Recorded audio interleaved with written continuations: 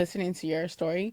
I used to be a caregiver, and I was working with this older gentleman. Right at this time, he was struggling with dementia. Mm. Um, but there was something that about him that didn't really seem like he was struggling with dementia, because we were able to have really deep conversations, Wow. like Yeah. so deep. And I was one of the only people. He told me like, "Hey, I don't have this type of conversation with people."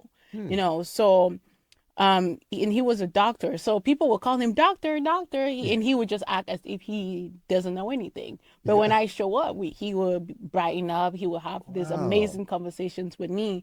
And one day we got on the topic of like life, and I told him that I was doing, this is the early stage of my podcast, and I told him I'm on this journey of podcasting Hmm. and all these other things that I was doing.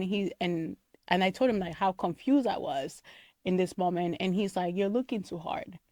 He told me, "It's right in front of you and you're looking too So yeah. hard." And he told me, Yeah. at this time I had a coffee just like this.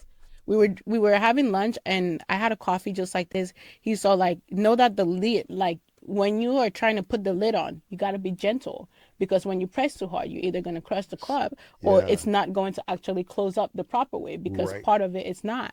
And and that conversation has always stuck with me. So true.